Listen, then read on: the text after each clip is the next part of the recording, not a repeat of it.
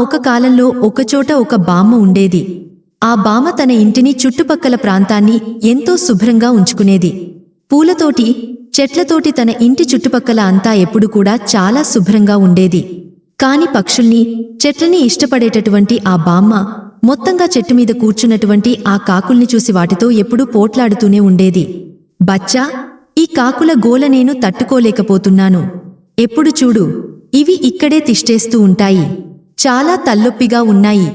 కాకులు ఇక్కడి నుంచి పోండి పోండి. మా అమ్మ ఎందుకని పాపం ఆ కాకుల్ని అలా తరిమేస్తుంది?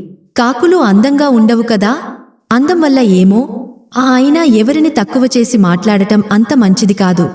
అది అలా ఉండదా? ఒకరోజు బామ్మ ఆరోగ్యం సరిగ్గా లేకపోవడం వల్ల పడుకుందురం లోపల తన మంచం మీద పడుకుని ఉన్న బామ్మ కిటికీ నుంచి తన ఇంటి చుట్టుపక్కల పడినటువంటి చెత్తని, ఆకుల్ని, కొమ్మల్ని చూసి చాలా బాధపడింది. అరెరే, నా ఇల్లు వాకిలి అంతా కూడా చాలా గందరగోళంగా ఉన్నాయి. ఇప్పుడు నేను ఏం చేయాలి? నాకు వచ్చిన వ్యాధి నయం అవ్వని అప్పుడు ఇదంతా శుభ్రం చేస్తాను. నాకు సాయం చేయడానికి ఎవరైనా తోడుగా ఉంటే బాగును. ఎప్పుడూ ఇంటి పక్కనే ఉండే ఆ చెట్టుమీద వాలేటటువంటి ఆ కాకులన్నీ, ఆ బామ్మ ఇల్లు ఇంటి చుట్టుపక్కల అంతా చెత్తపడి ఉండటాన్ని చూసి వెంటనే వాటికి ఏదో సందేహం కలిగింది. ఆ బామ్మ ఎక్కడా? లేదా ఇల్లు వాకిలి అంతా చాలా గందరగోళంగా ఉంది. నువ్వు చెప్పిందే కరెక్టే. ఎప్పుడూ ఈ స్థలాన్ని శుభ్రంగా ఉంచే ఆ బామ్మ ఏమైనట్టు అర్థం కావటం లేదు. ఒకవేళ ఒళ్ళు బాగోక పడుకున్నారా? బామ్మ ఎటువైపున వెళ్ళిపోయారా? అలా అయితే ఈ చోట అంతా మనమే శుభ్రం చేద్దామా?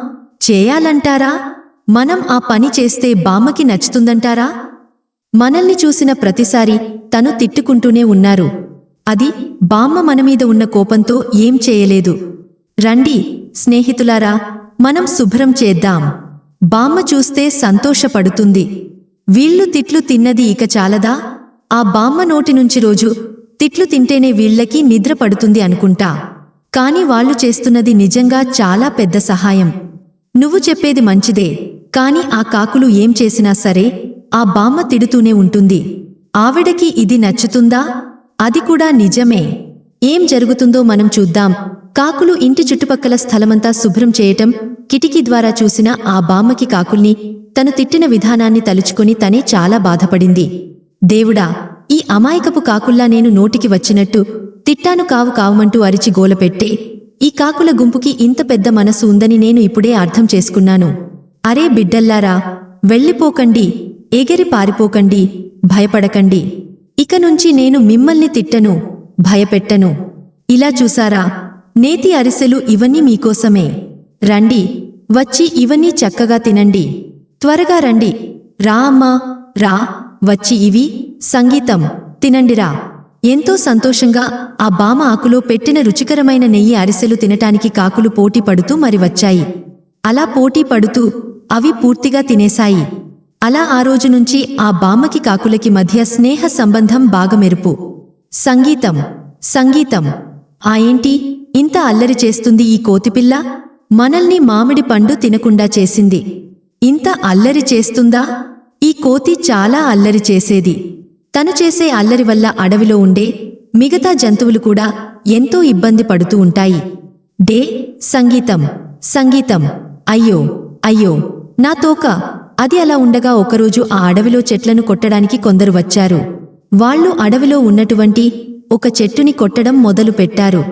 బాబూ, నూలా, అడవిలో చెట్లు పెట్టేసేవాళ్ళు వచ్చినట్టుగా ఉన్నారు. నువ్వు అటువైపుకి వెళ్ళొద్దు. నువ్వు వాళ్ల కంట్లో పడితే చాలా ప్రమాదం. సరే సరే, నేను చూసుకుంటానులే. అలా అయితే ముందు ఆ చోటికి వెళ్ళి చూసి ఆ తర్వాతే మనం తినాలి. చెట్టుని ఎలా కోస్తారో నేను ఇంతకు ముందు ఎప్పుడూ చూడలేదు. బాబూ, అటు వెళ్ళకు. నువ్వు వెళ్ళి అక్కడ నీ తోక జాడించకు.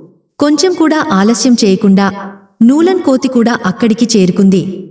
ఆ సమయంలో చెట్టు కొట్టేవాళ్లు ఎవ్వరూ అక్కడ లేరు. వాళ్లు పని ముగించుకుని విశ్రాంతి తీసుకుంటూ ఉన్నారు. అక్కడికి వెళ్లిన నూలన్ కోతి వాళ్ల ఆయుధాన్ని చేతిలోకి తీసుకుంది. దానితో ఆడటం మొదలు పెట్టింది. సంగీతం పెట్టింది. చివరికి నూలన్ కోతికి కూడా అదే జరిగింది. సంగీతం. అలా అహంకారంతో అల్లరిగా ఉండే కోతికి ఆ రోజు తోకపోయింది. తోకలేని కోతి వెళ్తోంది. చూసారా? చూసామే, మేము చూస్తున్నామే. తోకలేని కోతిని అడవిలోని మిగతా మృగాలన్నీ వేలాకోళ్లం చేస్తూ ఉండేవి. నూలన్ కోతికి చాలా బాధగా అనిపించింది. తను ఒక పెద్ద చెట్టు ఎక్కి కూర్చుంది. అప్పుడే ఆ చెట్టుకున్న రంధ్రంలో ఏదో దగదగ మెరవడం తను చూసింది. ఆహా! ఏంటిది? దీపంలా ఉందే! ఆ తోకను కోల్పోయిన నాకు దేవుడు ఇచ్చిన దీపం ఏమో! ఈద్ది! ఏది ఏమైనా సరే దీన్ని నా దగ్గరే ఉంచుకుంటాను. సంగీతం: భయపడకండి, నేను మిమ్మల్ని ఏమి చేయను. మీకు సహాయం చేయడానికే నేను వచ్చాను. నాకు సహాయం చేయడానికా? అది ఎలాగా అవును? నేను నీ ఆశలన్నిటినీ నెరవేరుస్తాను. నా ఆశలన్నిటినీ, నీ ఆశ ఏదైనా సరే నేను నెరవేర్చి ఇస్తాను. కాని 3 ఆశలు మాత్రమే అడగాలి. ఆహా! ఈరోజు నాకు అంత అదృష్టమే. ఈ భూతం దగ్గర నుంచి 3 వరాలు కోరుకోవాలి. ఆ తర్వాత ఈ అడవిలో నేను ఒక మహారాజులా తిరుగుతాను. ముందుగా తెగిపోయిన ఈ తోకని అడుగుతాను. నాకు ముందుగా తెగిపోయిన నా తోక కావాలి. ముందు దాన్ని చూద్దాం. ఓ, దానికేముంది, వెంటనే చేస్తాను. సంగీతం: చీ, ఇదిగో నీ తోక తీసుకో. ఏంటి? భూతం పాడు చేస్తున్నా? నేను అడిగింది ఈ తోక ఇంతకు ముందు నాకు ఉన్నట్టే ఉండాలి అని. ఓ, అంతేనా? విషయం శరీరానికే కదా, పెట్టొచ్చు. ఇంకెక్కడ తీసుకో. సంగీతం: అయ్యయ్యో, భూతం ఏం చేస్తున్నా?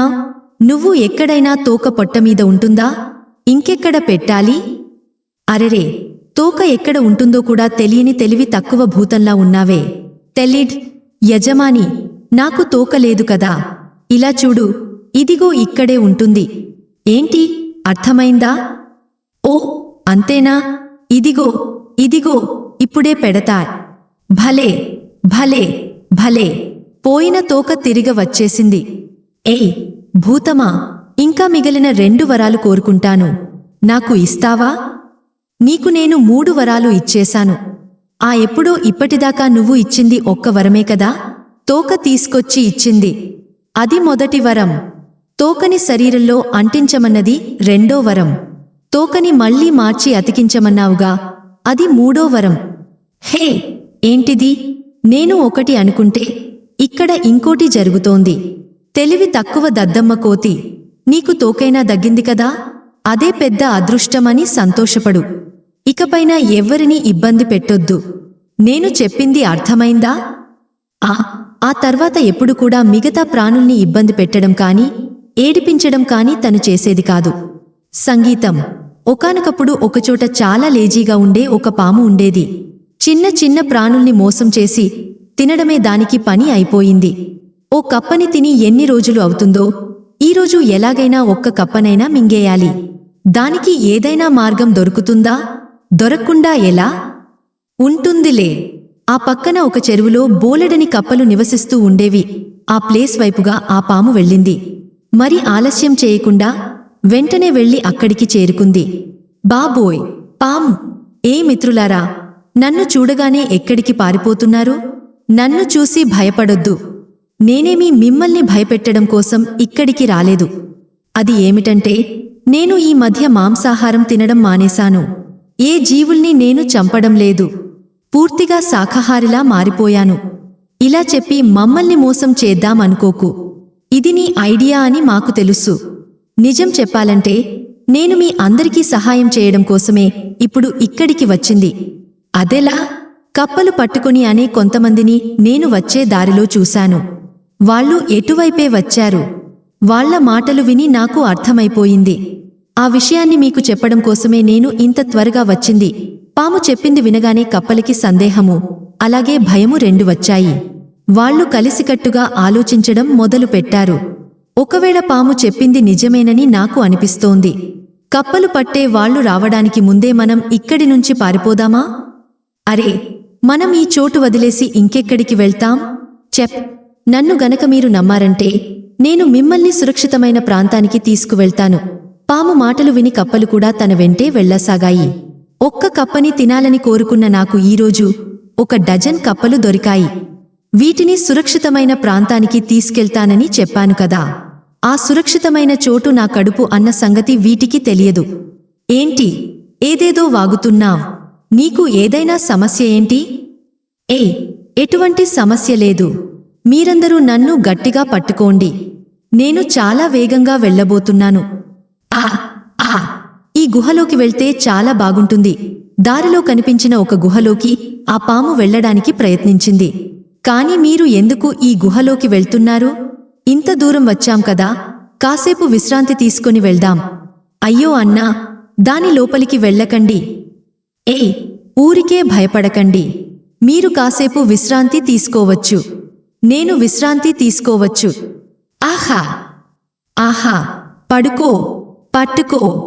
కప్పల్ని తిందామని పాము వచ్చినా ఆ గుహ ఒక గద్దని మోసాల మారి అయినా ఆ పాముకి తెలియకుండా పోయింది. మిగతా వారిని అదా పాతాళానికి తోసేయాలనుకున్నవారు వాళ్లు కూడా ఆ గోతిలోనే పడతారు. పాము విషయంలో అచ్చంగా అదే జరిగింది.